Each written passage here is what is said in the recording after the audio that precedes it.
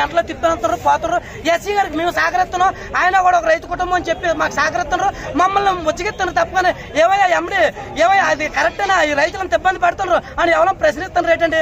ఆ రోజు ఎంపీ గారు పూర్వభూమి తీసుకొచ్చేస్తానే మన ఫ్యాక్టరీ డెవలప్ చేస్తానని చెప్పారు. ఈ రోజు గెలిచిన కాడ నుంచి ఆ సీఎం రమేష్ అనే ఎంపీ గారు మాకు కనే కనిపించలేదు. ఏం మీకు ఎవరికైనా కనిపించారా?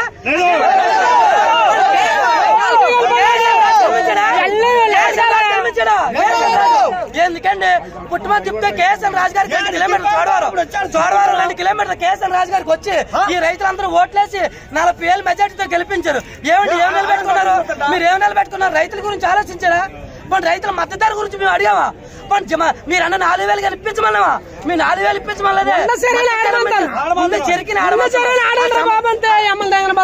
సమస్య క్లియర్ చేయకుండా రోడ్డు మీద ఈ రోజుకి నాకు ట్రాక్టర్ లోపల పెట్టి 4 రోజులు అవుతుంది.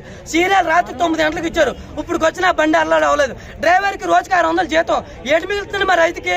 మరి రైతులు పురుగుల మంది తాగేసి గవర్నమెంట్ సవమానా మమ్మల్ని ఇబ్బంది పట్టడానికి కారణం దేని గురించి అండి? మా రైతులకి ఏమైనా మేలు చేసే రైతులు